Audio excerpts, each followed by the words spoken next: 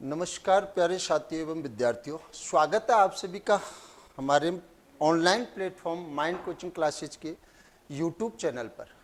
मेरे प्यारे साथियों, आज हम थोड़े से पिछले टॉपिक के कॉन्सेप्ट के बारे में बात करेंगे और एक नया टॉपिक आप लोगों को लेके आएंगे। जैसा कि आपको इमेज दिख ही रहा है भाई, अपना जो नया टॉपिक रहने वाला है, आप लोगों से पिछले वीडियो में मैंने आपसे ये पूछा था कि हम अगला टॉपिक कौन सा पढ़ें। तो देखिए इधर कुछ बच्चों ने टॉपिक मेरे को बताया था कि सर आप MS ऑफिस और मेमोरी का मैंने कुछ टॉपिक आपसे पूछा था। ठीक है, MS ऑफिस और मेमोरी का मैंने आपसे दोनों में से टॉपिक पूछा था भाई कि कौन सा टॉपिक आपको स्टार्ट कराना है। साथ ही साथ मैं आपको एक चीज़ और बता देता हूँ कि अगर आप दूसरा भी टॉपिक चाहते हो तो वो भी स्टार्ट करा देते हैं, लेकिन कुछ बच्चों की डिमांड ये थी कि सर आप मेमोरी का टॉपिक चालू कराएं। तो साथियों, आज हम सबसे पहले स्टार्ट कर रहे हैं मेमोरी वाला टॉपिक। देखिए इधर मेमोरी के टॉपिक को पढ़ने से पहले, इससे पहले मैंने आपको एक टॉपिक कराया था, वो कराया था इंटरनेट वाला। कौन सा कराया था? इंटरनेट का।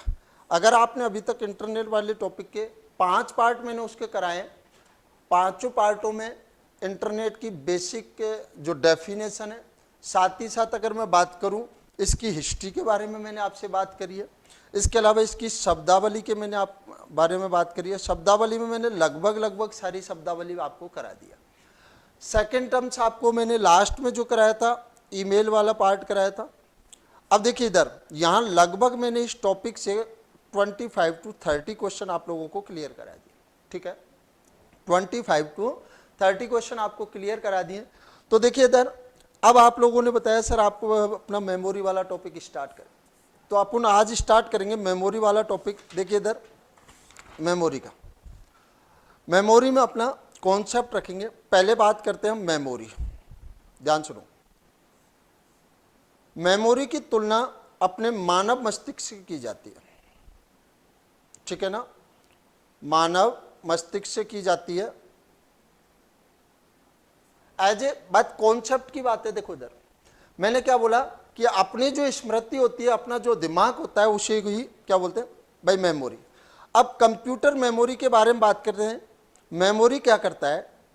डाटा एवं सूचना को स्टोर करने वाला एक स्थान। बहुत अच्छे अच्छे कॉन्सेप्ट पढ़ेंगे, अभी तो बेसिक डेफिनेशन में चल रहे हैं। बहुत बढ़िया बढ़िया कॉन्सेप्ट पढ़ेंगे कि डाटा और सूचना को स्टोर करने वाला एक स्थान है, वो क्या कहलाता है? मेमोरी कहलाता है। अगर मैं बात करूं, मेमोरी एक प्रकार की क्या होती है? लोकेशन होती है। क्या होती है जी? लोकेशन होती है। साथ ही साथ मैं एक चीज बता रहा हूं, ये जो मैंने बोला है ना, डाटा और सूचना, डाटा और सूचना के साथ वो कोई प्रोग्राम हो सकता है। ठीक है ना, प्रोग्राम के साथ इसी को मैं सॉफ्टवेयर भी बोलता हूँ, सॉफ्टवेयर है। इन सभी चीजों को स्टोर करने का काम कौन करता है? मेमोरी करता है। मेमोरी में कोई भी कॉन्सेप्ट आप पढ़ रहे हो, उसमें ये चीज ध्यान रखना। जैसे मैं आपको शुरुआत में कंप्यूटर का इंट्रोडक्शन बताता हूं, तो आपको बताता हूं IPOS सिस्टम। कौन सा बताता हूं? IPS। पूरा नाम क्या होता है? Input process output storage. क्या होता है? Input process output storage. यहां पर इनपुट के बारे में पढ़ते हैं, प्रोसेस के बारे में पढ़ते हैं, आउटपुट के बारे में। लास्ट वाला जो टर्म्स होता है एस फॉर स्टोरेज होता है। मैं ये चीज आपको क्यों बता रहा हूं, उसका कारण है, हम मेमोरी को हम दूसरे नाम से भी जानते हैं, इसको हम स्टोरेज यूनिट भी कहते हैं जी। क्या कहते हैं? Storage unit. अगर हिंदी में बात करूं तो इसको हम भंडारण इकाई भी कहते हैं। क्या कहते हैं? भंडारण इकाई। अब कॉन्सेप्ट अपना नेक्स्ट टर्म्स में यहां से अपना पूरा चैप्टर स्टार्ट होता है, और वो है, देखिए इधर मेमोरी के बारे में मैंने आपको बताया कि मेमोरी को हम स्टोरेज यूनिट भी कहते हैं। क्या कहते हैं? Storage unit. मेमोरी में और स्टोरेज यूनिट में यहां से एक क्वेश्चन पूछा गया था, बड़ा सिंपल सा कॉन्सेप्ट था मेरे प्यारे विद्यार्थियों। इन दोनों के लिए, मेमोरी में कोई भी डाटा होगा या कोई इंफॉर्मेशन होगी, उसे दो तरीके से स्टोर किया जाता है। एक तो किया जाता है स्थायी तौर पर और एक किया जाता है अस्थायी तौर पर। यह कॉन्सेप्ट बहुत आसानी से समझने वाला है और बहुत सिंपल सा कॉन्सेप्ट है। इंग्लिश में बात करूं कि स्थायी तौर पर मतलब परमानेंट और अस्थायी तौर पर मतलब टेम्परेरी। मेमोरी में डाटा या सूचना को दो तरीके से स्टोर किया जाता है, स्थायी रूप से और अस्थायी रूप से, ठीक है ना। स्थायी और अस्थायी में क्या होता है, अब देखो यहां पर मेमोरी जहां पर भी शब्द आएगा ना मेरे प्यारे विद्यार्थियों, मेमोरी जहां पर भी शब्द आएगा वो आएगा अस्थायी के लिए। बहुत अच्छी चीज है और यहां से क्वेश्चन भी बताऊंगा और ऑप्शन भी बताऊंगा आपको किस प्रकार का क्वेश्चन है। मेमोरी शब्द किसके लिए आता है, अस्थायी के लिए, और स्टोरेज यूनिट आता है स्थायी के लिए। सर अभी आपने बोला था मेमोरी में और स्टोरेज यूनिट का एक ही नाम होता है, बिल्कुल कॉन्सेप्ट है। जब आपसे कभी ये पूछ ले कि निम्न में से, क्वेश्चन किस प्रकार पूछा जाता है, निम्न में से किसमें डाटा स्थायी रूप से स्टोर होता है, तो आपको एक चीज बता देता हूं, इसमें चार ऑप्शन, ये क्वेश्चन पूछा हुआ क्वेश्चन पूछ रहा हूं मैं आपसे, इसमें चार ऑप्शन थे। एक तो ऑप्शन था मेमोरी, दूसरा ऑप्शन था स्टोरेज डिवाइस, स्टोरेज यूनिट, तीसरा ऑप्शन था ऑपरेटिंग सिस्टम, और चौथा ऑप्शन था अपना सीपीयू। अब बड़ा कॉन्सेप्चुअल क्वेश्चन है कि मेमोरी और स्टोरेज यूनिट, इसमें एक ही आंसर आपको दिया, स्थायी रूप से। और मैंने अभी यहां क्या लिखा है कि स्थायी डाटा को स्टोर कौन करता है भाई, स्टोरेज यूनिट। अगर ये दोनों कॉन्सेप्ट एक ही है तो यहां पर आपको बिल्कुल कंफर्म ध्यान रखना है, अगर इस प्रकार का क्वेश्चन आपके किसी भी कंपटीशन एग्जाम में आ जाता है, बस बहुत सीक्वेंस है। मेमोरी करता क्या, डाटा को स्टोर करता है भाई, क्या करता है, डाटा को स्टोर करता है। डाटा हो या इंफॉर्मेशन उसको स्टोर करेगा, किस तरीके से करेगा, एक तो स्थायी रूप से और एक करेगा अस्थायी रूप से। एक तो स्थायी रूप से, एक स्थायी। जब स्थायी शब्द आ जाए तो स्टोरेज यूनिट, और जब अस्थायी आ जाए वो मेमोरी। इसका भी कॉन्सेप्ट मैं आप लोगों को बाद में बताने वाला हूं। अब देखिए इधर, अब मैं ये कह रहा हूं कि भाई डाटा को और इंफॉर्मेशन को स्टोर कर रहा है। इस डाटा और इंफॉर्मेशन को, मेमोरी में दो प्रकार की प्रक्रियाएं होती हैं मेमोरी पर, या तो मेमोरी में डाटा को रीड किया जाता है या मेमोरी से डाटा को क्या किया जाता है, राइट किया जाता है। या तो मेमोरी से डाटा को रीड किया जाता है या मेमोरी से डाटा को राइट किया जाता है। दोनों चीज होती क्या है, मेमोरी में से जब आप, जैसे माना कि मैंने ये बोला है कि आपके पास कोई पेन ड्राइव है, आप उस पेन ड्राइव में अपने कंप्यूटर सिस्टम से कोई डाटा कॉपी करके आप उस पेन ड्राइव में भेज रहे हो, तो यह प्रक्रिया कहलाती है राइट करना। क्या कहलाती है, राइट करना। और अगर आप मेमोरी में डाटा को पहले से जो आपके पास पेन ड्राइव में जो मैटर पड़ा हुआ है उससे आप रीड कर रहे हो, मीन्स दैट क्या कर रहे हो, उससे आप पढ़ रहे हो या एक्सेस कर रहे हो, तो वो क्या कहलाती है, रीड कर रहा। तो ये तो छोटी सी बेसिक इंफॉर्मेशन थी इसकी कि भाई मेमोरी के अंदर क्या क्या चीजें होती है, भाई डाटा को स्टोर कर रही है। अब देखिए इधर थोड़ा सा मैं आपको यहाँ पे अलग तरीके से बता, मैंने क्या बोला, मेमोरी में से डाटा को या तो क्या किया जाएगा, रीड किया जाएगा, या डाटा को क्या किया जाएगा, राइट किया जाएगा। दो चीजों, ठीक है ना। अब यहां पर बात आती है कि मेमोरी के पैरामीटर की, किसकी बात आती है, मेमोरी के पैरामीटर। और यहां से बड़ा मस्त क्वेश्चन बनता है आपका, मेमोरी के पैरामीटर, पैरामीटर ऑफ मेमोरी। यहां से 100% एक क्वेश्चन बनता है मेरे प्यारे विद्यार्थियों, ध्यान से सुनना, बहुत कंसेप्चुअल चीजें हैं। और एक चीज मैं आपको कंफर्म के साथ बता सकता हूं, भाई यहां जो मैं सीक्वेंस बताने वाला हूं ना, कि बुक्स वगैरह में इसके क्वेश्चन आप लोगों को पक्के मिल जाएंगे। कॉन्सेप्ट को समझना बड़ा आसान होता है, टॉपिक बड़ा इंटरेस्टिंग बढ़ता जाएगा, आगे बढ़ता जाएगा, टॉपिक बड़ा शानदार है। तो देखिए इधर मेमोरी के पैरामीटरों को पढ़ने से पहले जब मैं आपको टाइप्स ऑफ मेमोरी बताऊंगा, मेमोरी के प्रकार बताऊंगा, तो उसके लिए आपको यहाँ पर 4 मेमोरियों को रिमाइंड करना पड़ेगा मेमोरी के पैरामीटर पढ़ने से पहले। मेमोरी के पैरामीटर पढ़ने से पहले मैंने क्या बोला, टाइप्स पढ़ना पड़ेगा। और मेमोरी के 4 प्रकार होते हैं एक्चुअली, बेसिकली मेमोरी 2 ही प्रकार की होती है, लेकिन हमें यहाँ पैरामीटर के लिए 4 मेमोरी। एक तो आपने नाम सुना होगा प्राइमरी मेमोरी, एक तो आपने सुना होगा प्राइमरी मेमोरी, दूसरा आपने सुना होगा सेकेंडरी मेमोरी, तीसरा आपने सुना होगा कैशे, और चौथा आपने सुना होगा रजिस्टर। ठीक है, अब बात करते हैं इन चारों का नाम क्यों लिखाया है मैंने, क्योंकि ये पैरामीटर में काम आने वाला है। और पैरामीटर में काम आने के लिए सबसे पहला जो पैरामीटर मैं बताने वाला हूं आपको, सबसे पहला पैरामीटर है स्टोरेज कैपेसिटी। पैरामीटर से मतलब क्या होता है भाई, आप मार्केट में चाहे सीडी खरीद रहे हो या पेन ड्राइव खरीद रहे हो, तो उसकी कुछ जो क्वालिटी है उनको देख करके आप क्या करते हो भाई, उस मेमोरी को खरीदते हो। भाई क्या क्या उसकी विशेषताएं, क्या क्या उसके मानक हैं, उन मानकों को ही क्या कहा जाता है, पैरामीटर कहा जाता है। पैरामीटर में सबसे पहला पैरामीटर आता है स्टोरेज कैपेसिटी। देखना क्वेश्चन भी बना के बताऊंगा इधर आपसे, ठीक है ना। पैरामीटर में सबसे पहला कॉन्सेप्ट है स्टोरेज कैपेसिटी, इसको हिंदी में बोलेंगे भंडारण क्षमता। क्या बोलेंगे, भंडार।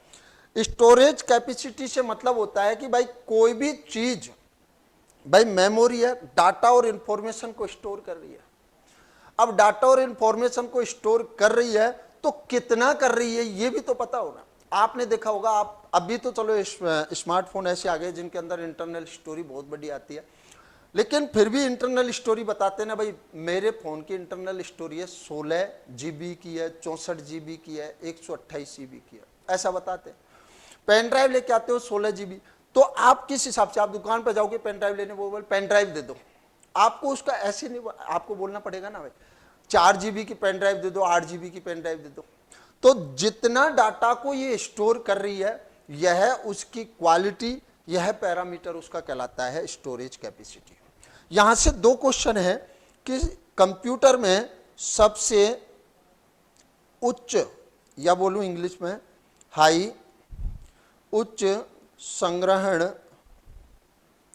क्षमता, या बात करूं स्टोरेज कैपेसिटी वाली युक्ति कौन सी है भाई, हार्ड डिस्क। कंप्यूटर में सबसे ज्यादा डाटा को स्टोर करने वाली युक्ति कौन सी है, हार्ड डिस्क से सबसे ज्यादा डाटा किस पे स्टोर होता है। अब यह हार्ड डिस्क सेकेंडरी मेमोरी का प्रकार है। अभी मैं आपको हार्ड डिस्क के बहुत सारे क्वेश्चन बनेंगे। हार्ड डिस्क कौन सी कंपनी सबसे ज्यादा बनाती है, दुनिया की सबसे पहली हार्ड डिस्क कितने MB की थी, मैं ये कह रहा हूं हार्ड डिस्क का दूसरा नाम क्या है, पर्सनल कंप्यूटरों में काम आने वाली हार्ड डिस्क कौन सी थी, बहुत सारे कॉन्सेप्ट है, बहुत सारे। लेकिन अभी तो अपना पैरामीटर पर चल रहे। सेकेंड, कंप्यूटर में वर्तमान समय में सबसे बड़ी मापक इकाई, सबसे बड़ी मापक इकाई कौन सी होती है, TB, पूरा नाम होता है टेराबाइट।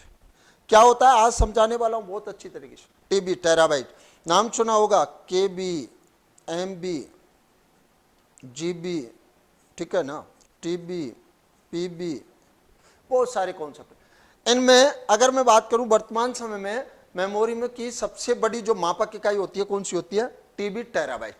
आपने पहले कॉन्सेप्ट में पैरामीटर में आपने समझा है भाई स्टोरेज कैपेसिटी, कि कंप्यूटर की मेमोरी में कितना डाटा स्टोर कर सकते हैं, उसका यह पैरामीटर कहलाता है उसकी स्टोरेज कैपेसिटी। दो क्वेश्चन आते हैं कि सबसे ज्यादा डाटा को स्टोर करने वाली युक्ति कौन सी होती है, हार्ड डिस्क होती है भाई। कौन सी होती है, हार्ड डिस्क होती है।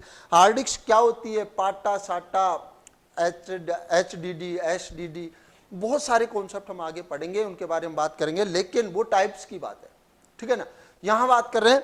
और दूसरा क्वेश्चन है कि सबसे बड़ी मापक इकाई है वो कौन सी होती है, टेराबाइट होती है। कौन सी होती है, टेराबाइट। अब आता है इसका नेक्स्ट जो पैरामीटर है, बहुत शानदार शानदार चीजें हैं, आपको मैं बता देता हूं।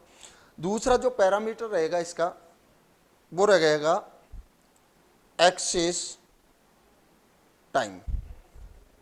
क्या रहेगा, एक्सेस टाइम।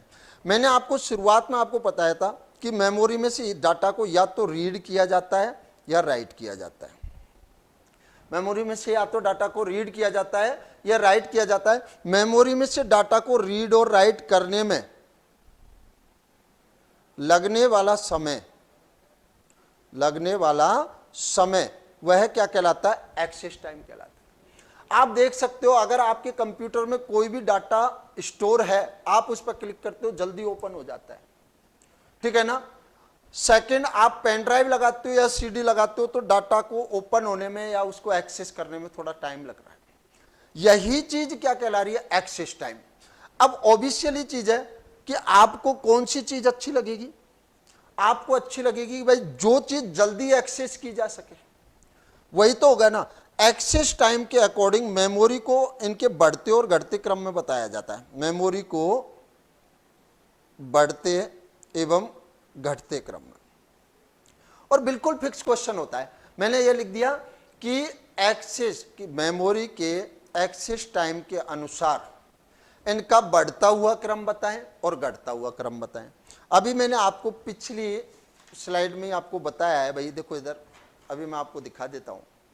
टाइप में भाई या तो प्राइमरी मेमोरी होगी या सेकेंडरी होगी या कैसे होगी या रजिस्टर होगी, यही तो बताया भाई। इन चारों मेमोरी कंप्यूटर की मेमोरी होती है। इन चारों के अंदर सबसे ज्यादा एक्सेस टाइम कौन सी मेमोरी का होता है और सबसे कम एक्सेस टाइम कौन सी मेमोरी का होता है, ये ज्यादा इंपॉर्टेंट क्या है ये चीज। अब देखिए इधर बात में देखो, इधर सबसे ज्यादा जो एक्सेस बात करूं ना भाई, सबसे कम समय डाटा को रीड या राइट करने में जो सबसे कम समय लेता है वो लेता है रजिस्टर। कौन लेता है? रजिस्टर। और इसको मैं समझाने वाला भी हूं भाई क्यों लेता है। फिर उसके बाद लेती है कैशे मेमोरी, फिर कौन लेती है कैशे मेमोरी के बाद में लेती है प्राइमरी मेमोरी, और इसके बाद लेती है सेकेंडरी मेमोरी। अब भाई क्वेश्चन बन गया बड़ा शानदार। अगर आपसे पूछ ले कि एक्सेस टाइम के अकॉर्डिंग सबसे पहले तो यह है कि कौन सी मेमोरी सबसे तीव्र गति की मेमोरी होती है, रजिस्टर सबसे तीव्र गति की मेमोरी। टेंशन मत करना, एक एक जो यहां पर मैं लिख रहा हूं ना वो सारी चीज बताऊंगा। रजिस्टर क्या है, कैसे क्या है, primary, secondary, main, auxiliary, permanent, temporary, सारी चीजों के बारे में बात करेंगे। बस सीक्वेंस से पढ़ रहा हूं, बहुत सिंपल है भाई, मेमोरी का टॉपिक है, डेफिनेशन है, इंटरेस्टिंग बनाना पड़ता है इसको। तो देखिए इधर मैंने क्या बोला कि सबसे तीव्र गति की मेमोरी कौन सी है भाई, रजिस्टर है। और अगर बात करें कि सबसे ज्यादा एक्सेस टाइम कौन सी मेमोरी का, एक्सेस टाइम में मतलब है जो रीड और राइट करने में जो सबसे ज्यादा समय लेती है वो लेती है सेकेंडरी मेमोरी। कौन सी लेती है? सेकेंड। अगर यहां पर ऑप्शन में दे दे सबसे तीव्र गति की मेमोरी रजिस्टर, कैसे, प्राइमरी मेमोरी, आपका आंसर होगा रजिस्टर, ठीक है ना। कैशे मेमोरी, अगर रजिस्टर नहीं हो तो उसके बाद कौन सी होगी, कैशे मेमोरी। कौन सी होगी? Cache memory. तो ये इनका क्रम है। अब इसका कारण बता देता हूं कि कंप्यूटर में जो मेमोरी का जो क्रम होता है ना एक्चुअल में वो कैसे होता है। देखो इधर यहां होता है अपना भाई सीपीयू, क्या होता है? सीपीयू, ठीक है ना। थोड़ा सा सीपीयू के तीन भाग होते हैं, आपने पढ़ा होगा। एक तो सीयू होता है, दूसरा होता है एएलयू और तीसरा होता है रजिस्टर। अब आप यहां से भाप सकते हो कि कंप्यूटर की सारी गतिविधियों का निर्धारण कौन करता है? सीपीयू करता है। कौन करता है? सीपीयू। सीपीयू जहां पर कंप्लीटली काम ही कौन कर रहा है? सीपीयू कर रहा है, नहीं कर रहा है भाई। इसे कंप्यूटर का मस्तिष्क भी कहते हैं, कंप्यूटर का मस्तिष्क इसे कहते हैं, और मेमोरी तो खुद एक मस्तिष्क हो गई। तो ये जहां पर डाटा जो प्रोसेसिंग के लिए भेजा जा रहा है, उस डाटा प्रोसेसिंग भेजा जा रहा है तो उसको उपयोग कौन ले रहा है? सीपीयू ले रहा है। और सीपीयू में के सबसे नजदीक मेमोरी कौन सी है? रजिस्टर। इसका एग्जांपल देता हूं, कोई चीज मेरे नजदीक पड़ी रहेगी उसको जल्दी एक्सेस किया जाएगा, दूर पड़ी नजदीक वाली को एक्सेस किया जाएगा। तो रजिस्टर सीपीयू के नहीं। इसके बाद में कैशे मेमोरी भी वहीं पर मदरबोर्ड पर, इसके बाद होती है कैशे मेमोरी। कौन सी होती है? कैशे। इनका मैं क्रम बता रहा हूं आपको। सीपीयू के आंतरिक स्मृति कौन सी होती है? रजिस्टर होती है। Cache memory. इसके बाद में आती है प्राइमरी मेमोरी, या प्राइमरी मेमोरी में बात करूं, प्राइमरी मेमोरी दो प्रकार की होती है, रैम और रोम। कैशे के बाद में लगी थी रैम, और इसके बाद में रहती है हार्ड डिस्क। इसका स्ट्रक्चर मैं आप लोगों को समझाने वाला हूं। हार्ड डिस्क इधर लगी रहती है, इसमें पूरा का पूरा कॉन्सेप्ट आएगा, ठीक है ना। इसके अकॉर्डिंग बात करूं, सीपीयू सबसे पहले किसका उपयोग करता है? रजिस्टर का। फिर किसका उपयोग करता है? कैशे का। फिर किसका करेगा? रैम का। और फिर किसका करेगा? हार्ड डिस्क का, ठीक है ना। हार्ड डिस्क के अलावा जो भी सेकेंडरी मेमोरी होती है उनका करेगा। करेगा या नहीं करेगा भाई? रोम का तो कॉन्सेप्ट ही अलग है। रोम तो जब कंप्यूटर का निर्माण होता है तभी लिख दी जाती है, उसका तो कॉन्सेप्ट ही अलग है भाई। इसका तो कोई कहने का मतलब, जब हम टाइप्स पढ़ेंगे तो वहां से। तो मेरे हिसाब से आपको एक्सेस टाइम है वो आसानी से समझ में आ गया होगा। मैंने क्या बोला? डाटा को रीड और राइट करने में लगने वाला समय सबसे कम समय कौन लेता है? रजिस्टर लेता है। उसके बाद कैसे लेता है, और फिर लेता है प्राइमरी मेमोरी, और उसके बाद लेती है सेकेंडरी मेमोरी। उनका जो हियरार्किकल स्ट्रक्चर वो ऐसे होता है, ये रहा भाई। तो क्वेश्चन एक और निकल के आता है कि सबसे तीव्र गति की मेमोरी, सबसे तीव्र गति की मेमोरी कौन सी हो गई भाई? रजिस्टर हो गई, ठीक है ना। अब इसके बाद देखिए बात करते हैं तीसरा जो पैरामीटर है इसका, तीसरे पैरामीटर की बात करें तो वो होता है एक्सेस मेथड। बहुत शानदार क्वेश्चन यहां से, तीनों पॉइंटों में से आपका क्वेश्चन बढ़िया निकलने वाला है, एक्सेस मेथड। कौन सा भाई? Access method. एक्सेस मेथड से मतलब क्या होता है कि जो मेमोरी में डाटा स्टोर है, जो मेमोरी में डाटा स्टोर है उसको रीड और राइट करने का जो तरीका होता है वो कहलाता है उसका एक्सेस मेथड। क्या कहलाता है? एक्सेस। भाई मैंने ये बोल रहा हूं डाटा को, ये कोई मेमोरी हो गई, माना पेन ड्राइव ही हो गई, मान लो पेन ड्राइव में डाटा रखा हुआ है। अब इस डाटा को नॉर्मली ये पानी का गिलास मान लेते हैं, इसमें पानी पीने के कई तरीके होते हैं भाई, होते नहीं होते?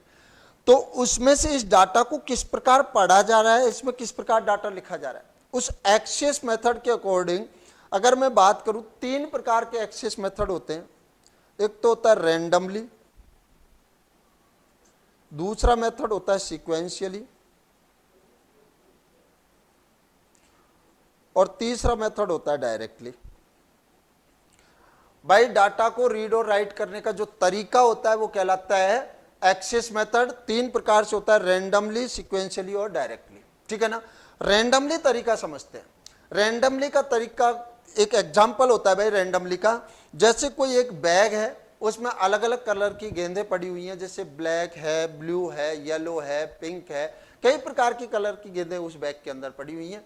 कोई भी आपने हाथ, मीन्स दैट आपने जैसे हाथ डाला तो वहां पर किसी भी गेंद के निकलने की प्रायोरिटी, ऐसे नहीं कि वो सारी गेंदें काले कलर की निकलेंगी या सारी कलर पिंक कलर की, हो सकता है सारी काले कलर की निकलें, ब्लैक कलर में आए, हो सकता है अलग अलग कलर की सारी गेंदें आ जाएं आपके हाथ में। तो ये जो तरीका होता है वो होता है रैंडमली। कौन सा होता है? रैंडमली। क्वेश्चन कंपटीशन में किस प्रकार पूछा जाता है कि कौन सी मेमोरी में डाटा को रैंडमली, मतलब यादृच्छिक रूप से डाटा को एक्सेस किया जाता है, वो किया जाता है रैम के अंदर, क्योंकि रैम का पूरा नाम ही क्या होता है? Random access memory. कौन सा होता है? रैंडम एक्सेस मेमोरी होता है। तो ये चीज आपको समझना है, जहां पर अलग अलग कहीं से भी किसी भी प्रकार का डाटा, भाई आपने क्लिक किया कहीं से भी रैंडमली उठा करके ले आया, वो तरीका कहलाता है रैंडमली। और सीक्वेंशियली में क्या होता है भाई? जहां नाम से पता है, सीक्वेंस से आई है भाई, सीक्वेंस से, जहां पर डाटा को क्रमबद्ध तरीके से पढ़ा जाता है, क्रमबद्ध तरीके से पढ़ा जाता है। और यहां से क्वेश्चन भी पूछा हुआ है भाई, जहां से डाटा को सीक्वेंस से 1 2 3 4 5 6 इस तरीके से पढ़ाया जाने वाला जो मेथड होता है वो सीक्वेंशियली। और सीक्वेंसी मेथड पर काम करने वाली एकमात्र जो डिवाइस होती है वो होती है मैग्नेटिक टेप। मैग्नेटिक टेप, ठीक है ना। मैग्नेटिक टेप को हम सैम मेमोरी भी कहते हैं। तो सबसे पहले आज का अपना वीडियो में क्वेश्चन यही है कि सैम का पूरा नाम, मैंने इधर रैम अलग लिखा है और सैम अलग लिखा है, तो अगर आपको सैम का पूरा नाम पता है तो सैम का पूरा नाम जरूर बताएं। मैंने बोला सीक्वेंशियली मेथड पर काम, भाई पैरामीटर पढ़ रहे हैं, पैरामीटरों में आपको एक चीज का कंप्लीटली ध्यान रखना है कि मैंने आपको सबसे पहला पैरामीटर में 2 क्वेश्चन बताए। सबसे ज्यादा डाटा को स्टोर करने वाली जो डिवाइस होती है वो होती है हार्ड डिस्क से, और सबसे बड़ी मापक इकाई होती है टेराबाइट।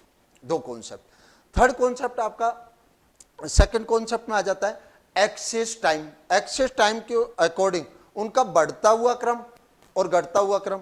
बढ़ता हुआ क्रम था भाई रजिस्टर, कैशे, प्राइमरी और सेकेंडरी, और घटता हुआ क्रम क्या, ठीक है ना, secondary memory, primary memory, cache memory और रजिस्टर।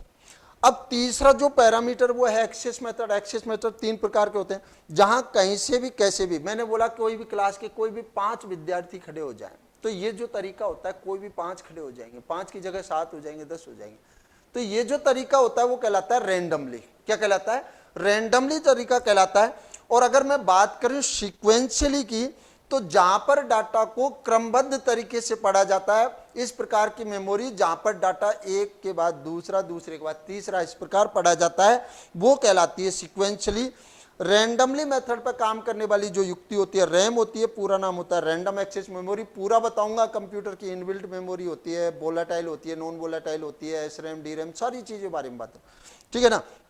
और डायरेक्टली तो सॉरी, सिक्वेंशियली पर काम करने वाली एकमात्र युक्ति होती है मैग्नेटिक टेप। और यहां से क्वेश्चन भी आता है कि कंप्यूटर की ऐसी कौन सी मेमोरी है जहां में जिसमें डाटा को क्रमबद्ध तरीके से क्या किया जाता है, एक्सेस किया जाता है, वो कहलाती है सैम मेमोरी, या इसी का नाम है मैग्नेटिक टेप। सैम का पूरा नाम आपसे पूछा है।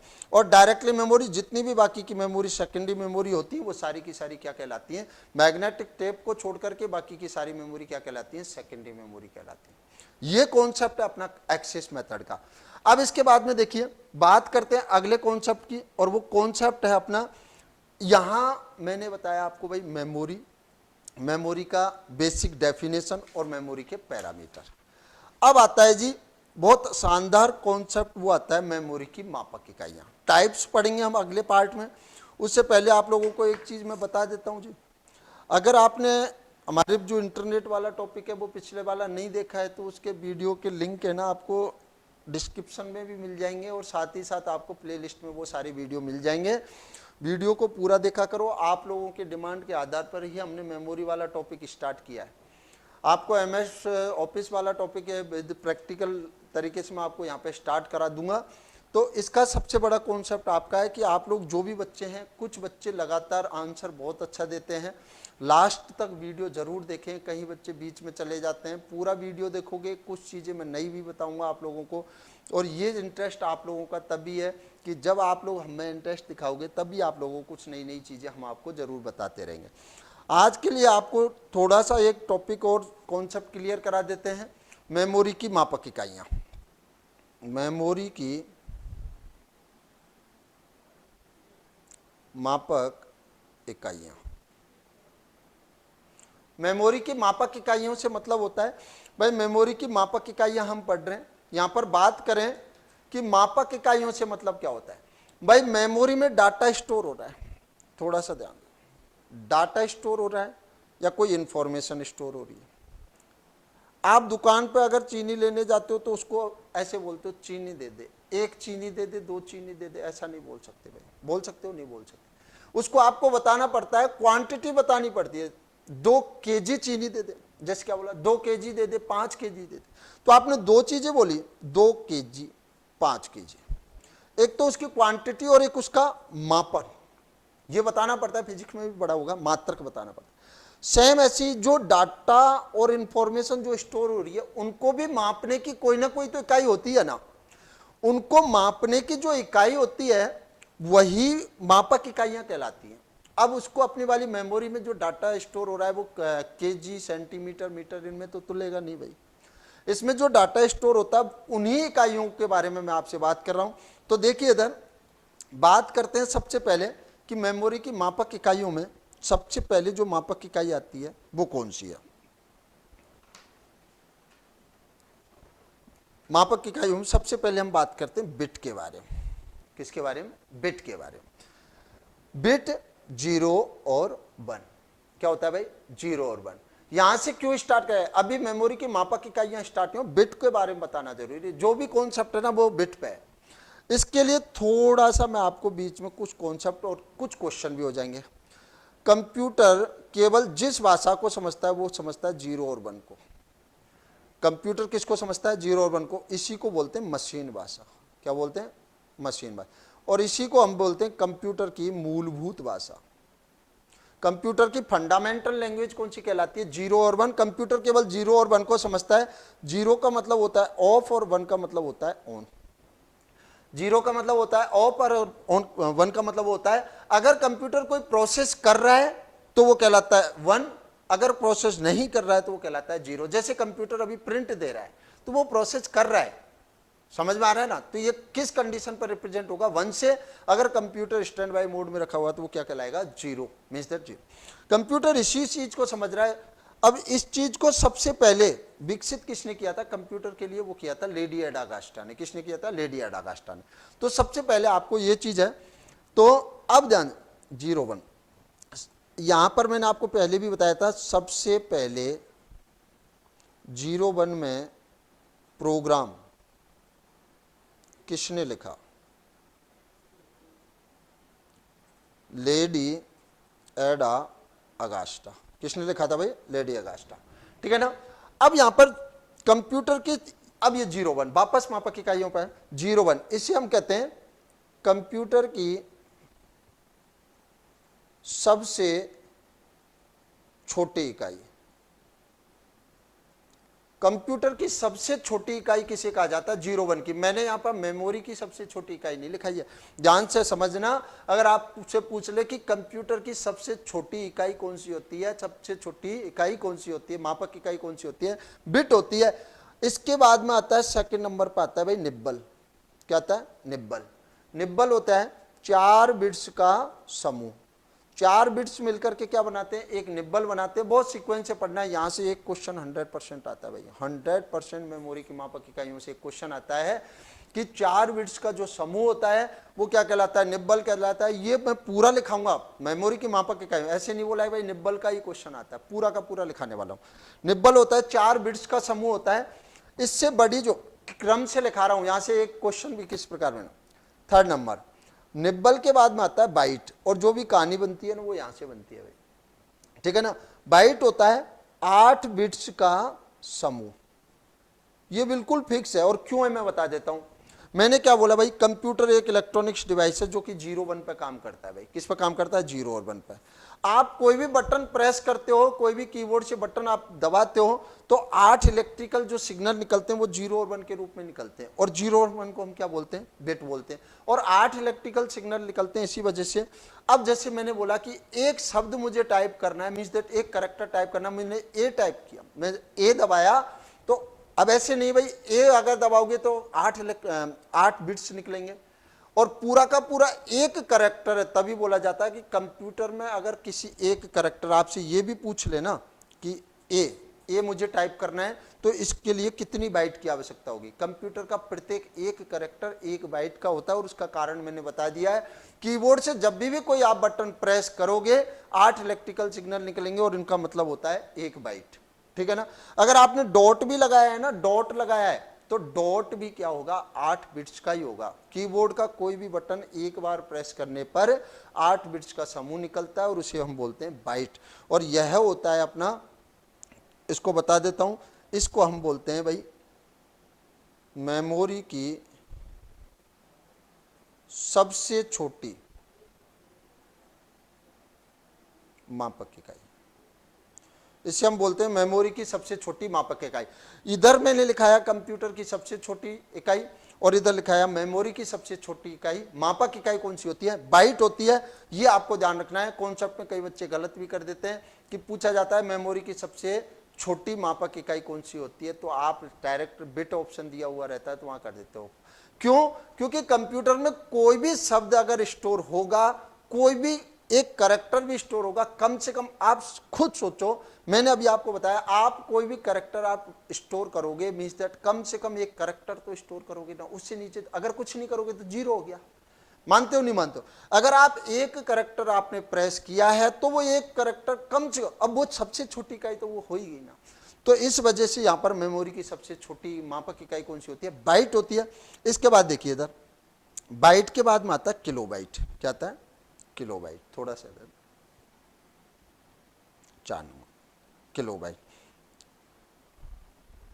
किलोबाइट्स, इसको ऐसे भी लिख सकता हूं, 4 बिट्स का समूह मतलब 2 निब्बल, 2 निब्बल का समूह, ऐसे भी लिख सकता हूं। केबी का आ जाएगा किलोबाइट। किलोबाइट में क्या होता है? 1024 बाइट्स मिलकर के, 1024 बाइट्स मिलकर के क्या बनाते हैं? एक केबी बनाते हैं। इसको मैं इस प्रकार भी रिप्रेजेंट कर सकता हूं, 2 की घात 10 बाइट्स, क्योंकि एक्चुअल में 2 की घात 10 से अगर मैं बात करूं, 2 की घात 10 से मतलब होता है 1024 का ही। यहां पर 2 क्यों लिया और 10 क्यों लिया? आपने ये चीज, एक कॉन्सेप्चुअल क्वेश्चन भी आता है, आपने कभी भी मेमोरी कार्ड खरीदा होगा, पेन ड्राइव खरीदी होगी, या तो 1 GB की होगी भाई, ठीक है ना, 1 GB, 2 GB, 4 GB, 8 GB, इस प्रकार देखी होगी आप। कभी आज तक आप लोगों ने देखा है 13 GB की पेन ड्राइव है, 5 GB की पेन ड्राइव? ऐसा क्यों होता है? ऐसा क्यों होता है? ये टोटल चीज डिपेंड है भाई 0 1 पे, क्योंकि बिट होता है 0 1, और इसका जो आधार, इसको हम बाइनरी नंबर बोलते हैं। क्या बोलते हैं? Binary number. और आपका जो कंप्यूटर सिस्टम केवल बाइनरी नंबर को समझता है, और बाइनरी नंबर सिस्टम का जो आधार होता है वो होता है 2। क्या होता है 2। और चूंकि इसको किलो के हिसाब से लेते हैं तो 10 से रिप्रेजेंट करते हैं, तो इस वजह से 2 की पावर 10 लिया है यहाँ पर। उसका कारण भी यही है कि जो पेन ड्राइव आप देख लेना मार्केट में जाकर के आप ये बोलते हो ना मुझे 5 GB की एक पेन ड्राइव दे, इम्पॉसिबल नहीं मिलेगी। समझ में आ रहा है ना, ये हमेशा 2 के फिगर के हिसाब से मिलेगी, 1 की मिल जाएगी क्योंकि 2 की पावर 1 होता है, ठीक है ना, उस हिसाब से मिल जाएगी। लेकिन आपको वहां पर आपको कंप्लीटली ये ध्यान रखना है 2 4 8 6 की भी नहीं मिलेगी आपको, तो इस वजह से लिया जाओ। तो किलोबाइट है वो कितना हो गया 1024 बाइट मिलकर के क्या बनाते हैं किलोबाइट, मीन्स दैट 1 KB बनाते हैं। इसके बाद देखो सीक्वेंस से पढ़ रहे हैं 5 नंबर, किलोबाइट के बाद में आता है MB। यहां से और अगला जो मैं GB बताने वाला हूं, यहां से पटवार प्री एग्जाम में कंटिन्यूस क्वेश्चन भी थे और पटवार के मेंस एग्जाम में भी मेमोरी से बहुत शानदार 7 से 8 क्वेश्चन थे भाई। तो इस वजह से इस टॉपिक को ध्यान से पढ़ना है। MB का पूरा नाम होता है मेगाबाइट। क्या होता है मेगाबाइट, मेगाबाइट होता है। अब देखो इधर 1024 किलोबाइट, 1024 किलोबाइट मिलकर के 1 MB बनाते हैं भाई। और भी अच्छे तरीके से पढ़ लेते हैं, मैंने इधर किलोबाइट लिखा है, ठीक है ना, 1024 किलोबाइट। इसको मैं ऐसे लिख सकता हूं 2 की घात 10 किलोबाइट, क्योंकि 1024 को अगर मैं घात के रूप में लिखूं तो क्या लिखा जाएगा 2 की घात 10। RPSC के फर्स्ट ग्रेड एग्जाम में भी ये क्वेश्चन, कंप्यूटर का एक क्वेश्चन आया था मेमोरी का, मेरे फ्रेंड है उन्होंने भी, मैंने इस चीज के बारे में आपको बताया भी है। तो बिल्कुल सिंपल, वहां पर गातों में क्वेश्चन पूछा हुआ था, अगर गात का भी आ जाए तो इस वजह से मैं आपको लिखा रहा हूं किस किस प्रकार से इसको क्वेश्चन। अब देखो इधर अगर ये इसका बाइट में पूछ लिया जाए, किस में पूछ लिया जाए बाइट में, तो पहले मैं इसको कन्वर्ट कर लेता हूं बाइट में। भाई 1024 तो ये है ही, किलोबाइट को जब मैं बाइट में परिवर्तित करूंगा, मुझे पता है किलोबाइट, 1 किलोबाइट में 1024 बाइट होते नहीं होते, होते हैं ना। अब 1024 को मैं 2 की घात 10 लिखता हूं और इसको लिखता हूं 2 की घात 10 बाइट। जब आधार समान होते हैं तो घाती क्या हो जाती है, जुड़ जाती है, तो ये क्या हो गया 2 की घात 20 बाइट। आपसे पूछ ले 1 MB में कितने बाइट होते हैं, 2 की घात 20 बाइट। अगर इसको भारतीय मानक पद्धति के हिसाब से पूछ लिया जाए, इसको बोलते हैं हम 1 मिलियंस बाइट्स। क्या बोलते हैं 1 मिलियंस बाइट बोलते हैं। ये आपको ध्यान रखना है कि अगर आपको भारतीय मानक पद्धति के हिसाब से पूछ लिया जाए तो इसको क्या बोला जाता है 1 मिलियंस बाइट बोला जाता है। और ये क्वेश्चन पटवार के प्री एग्जाम के अंदर आया था कि 1 MB बराबर होता है 1 मिलियंस बाइट के बराबर, ठीक है। नेक्स्ट कॉन्सेप्ट पर चलते हैं, MB के बाद में, MB के बाद में आता अपना GB। क्या आता है GB, गीगाबाइट। क्या हो गया गीगाबाइट। गीगाबाइट को देखो इधर 1024 MB, 1024 MB मिलकर के 1 GB बनाते हैं। इसको मैं ऐसे लिख सकता हूं 2 की घात 10 MB। चाहे आपसे घात के रूप में पूछे, चाहे 1024 वाले कॉन्सेप्ट पूछे या भारतीय मानक पद्धति के हिसाब से, इन 3 ही कॉन्सेप्ट से क्वेश्चन पूछा जाता है। अब एक बात बताइए, जब मैं आपको मेमोरी की मानक मापक इकाइयां पूरी आपको यहां बता रहा हूं, क्वेश्चन 100% मापक इकाइयों से पूछा जाता है, तो इसको ध्यान से समझने में क्या प्रॉब्लम होती है। आप बस इसको कॉन्सेप्ट से आप देखते रहें। 1024 MB मिलकर के, और इसी को बोलते हैं मैं 2 की घात 10 MB, ये मिलकर के 1 GB बनाते हैं। अब अगर इसको पूछ ले वो KB में कितना होगा, बहुत सिंपल है, 1024 तो ही, MB को अभी मैंने कन्वर्ट किया है, पीछे आपको क्या बताया था भाई 1 MB में, देखो इधर 1 MB में 1024 KB होते हैं नहीं होते, ये बताया। तो इस वैल्यू को उधर पुट करना है भाई, सिंपल सा, 1024 KB होते नहीं होते, तो इसका मतलब है इसमें हो जाएगा 2 की घात 20 KB हो गया।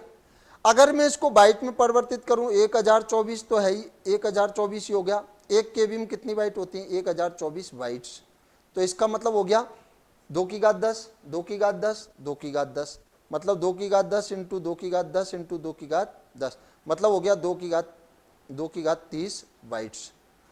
आपसे वो MB में पूछे तो 2 की घात 10, KB में पूछे 2 की घात 20, अगर वो आपसे बाइट्स में पूछे 2 की घात 30, और इसको भारतीय मानक पद्धति के हिसाब से पूछे तो इसको बोलते हैं 1 बिलियंस बाइट। 1 बिलियंस बाइट बराबर क्या होता है भाई 1 GB होता है। तो यहाँ बड़ा कॉन्सेप्ट है, इसको आप आराम से लिखा भी सकते। अब कई बच्चे इनको रटने की कोशिश करते हैं, अरे बस ये याद रखना है आपको 1024 MB, 1 MB में 1024 KB और 1 KB में 1024 बाइट, वही तो रखना है। और 1024 को घात के रूप में बोलते हैं 2 की घात 10।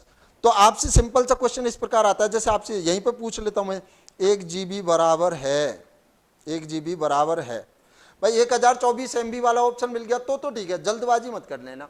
कई बार क्या होता है 1024 ऐसे लिखा रहता है, ठीक है ना, उसके बाद वो नॉर्मली अगर क्वेश्चन पूछ ले बाइट्स वगैरह के हिसाब से पूछ ले तो जल्दबाजी, घात के रूप में ऐसे पूछेगा 2 की घात 10, 2 की घात 20, 2 की घात 30, 2 की घात 40, ऐसे पूछ लिया। आंसर सीधा क्या है, आंसर 2 की घात 30 बाइट्स। हो गया नहीं हो गया? आपसे पूछ लिया 1 GB बराबर है 1 बिलियंस बाइट, क्या हो गया, 1 बिलियंस बाइट। हो गया नहीं हो गया? तो ये कॉन्सेप्ट होता है जीबी का। अब मैं बात करता हूं अगला कॉन्सेप्ट है वो है टीबी का। किसका है? TB, terabyte.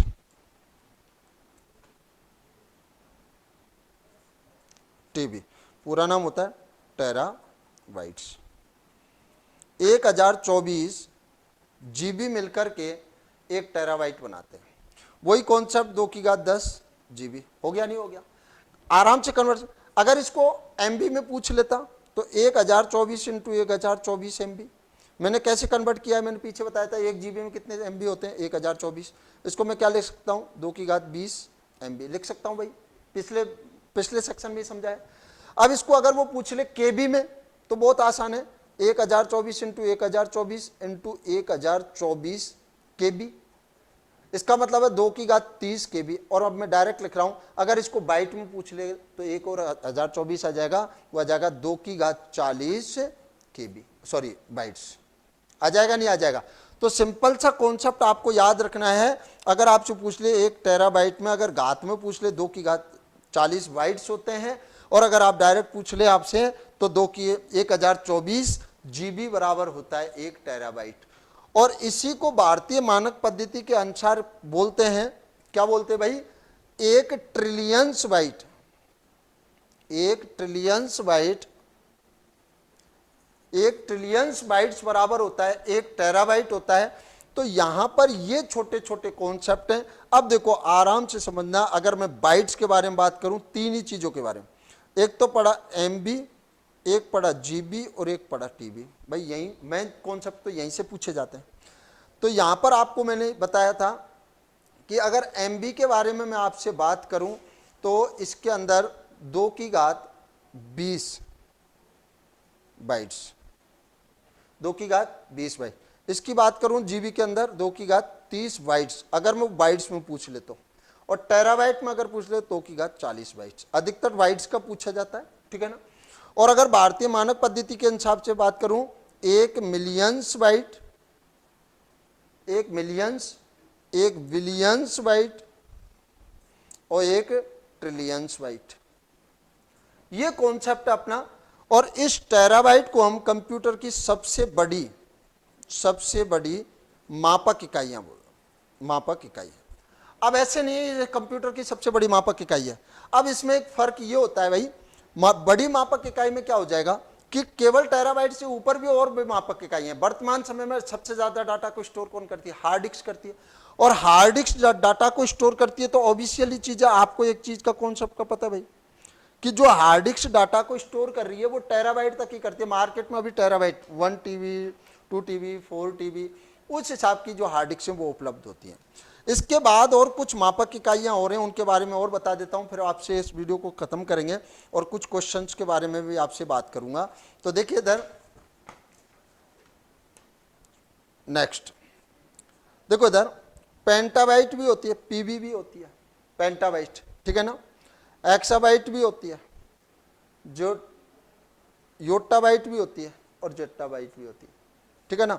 ये मैं क्यों बता रहा हूं एक्चुअल में, यहां से क्वेश्चन आता है, ठीक है ना, कि निम्न में से कौन सी एक मेमोरी की मापक इकाई नहीं है। वहां पर ऑप्शन में दे दिया XB, ZB, YB and CB। आपको मैंने बता दिया पेंटाबाइट, हेक्साबाइट, योटाबाइट, जेटाबाइट, ये भी होती है, इनका क्रम अलग होता है इनको, और ज्यादा आगे अपन इनके बारे में डिस्कस करेंगे भी नहीं। बस आपको इतना ध्यान रखना, पेंटाबाइट, हेक्साबाइट, योटाबाइट, जेटाबाइट ये होती है, कौन सा क्रम होता है बोला। तो यहां पर आपको ध्यान रखना है कि सीबी है वो क्या नहीं होती, मेमोरी की मापक इकाई होती है। एक्साबाइट होती है, जो जेटाबाइट होती है, योटाबाइट भी होती है, ठीक है ना। यहाँ पर सीबी किसी प्रकार की मेमोरी की इकाई नहीं होती है, इस वजह से इस प्रकार का क्वेश्चन पूछ लिया जाता है। अब देखो इधर, आपको अगर मेमोरी का क्रम बता पूछ लिया जाए, मेमोरी का बढ़ता हुआ क्रम, मेमोरी का बढ़ता हुआ क्रम वो कौन सा है, सबसे कम स्टोर कौन करती है भाई, बाइट। उससे ज्यादा स्टोर कौन करती है, किलोबाइट। उससे ज्यादा कौन करती है, मेगाबाइट। उससे ज्यादा गीगाबाइट, और सबसे ज्यादा कौन करती है, टेराबाइट। ये क्वेश्चन का ध्यान रखना है आपको कि अगर आपसे पूछ ले मेमोरी की आकार या उसी स्टोरेज कैपेसिटी के अनुसार उसको बढ़ते हुए क्रम में लिखो, तो ये हो गया भाई। सबसे कम स्टोर जो मापक इकाई होती है वो कौन सी होती है, बाइट्स होती है, और सबसे ज्यादा डाटा को स्टोर करने वाली होती है टेराबाइट। मापक इकाई की बता रहा हूं मैं, कौन करता है वो अलग चीज है, वो टाइप्स ऑफ मेमोरी में पढ़ेंगे। लेकिन सबसे बड़ी मापक इकाई, मेमोरी की मापक इकाइयों का बढ़ता हुआ क्रम, मापक इकाइयों का बढ़ता हुआ क्रम, और ये हो जाएगा घटता हुआ क्रम इधर से, terabyte, gigabyte, megabyte, kilobyte, bytes. Bit कभी भी डाटा को स्टोर करता नहीं है भाई, वो इसमें मापा नहीं जाता है डाटा को, ठीक है ना। तो ये यहां पर कॉन्सेप्ट आपको ध्यान रखना है। तो मेरे प्यारे साथियों, आज हमने केवल 2 पॉइंटों की बात करी है। एक तो हमने बात करी है भाई, कॉन्सेप्ट कौन सा था, मेमोरी की डेफिनेशन, और दूसरा कॉन्सेप्ट हमने बात करी थी मेमोरी के पैरामीटर, और तीसरा कॉन्सेप्ट हमने बारे मेमोरी के मापक इकाइयां। आज के वीडियो में हमने बहुत शानदार, आप देख लेना, बहुत शानदार शानदार क्वेश्चनों के बारे में डिस्कस किया है। अगर आपको हमारा ये वीडियो पसंद आया इसे लाइक करें, और अगर अभी तक आपने हमारे चैनल को सब्सक्राइब नहीं किया है तो ज़रूर करें। साथ ही साथ आपको ये कोई भी मेमोरी से रिलेटेड कोई क्वेश्चन है तो कमेंट सेक्शन में ज़रूर बताएं। Thank you very much.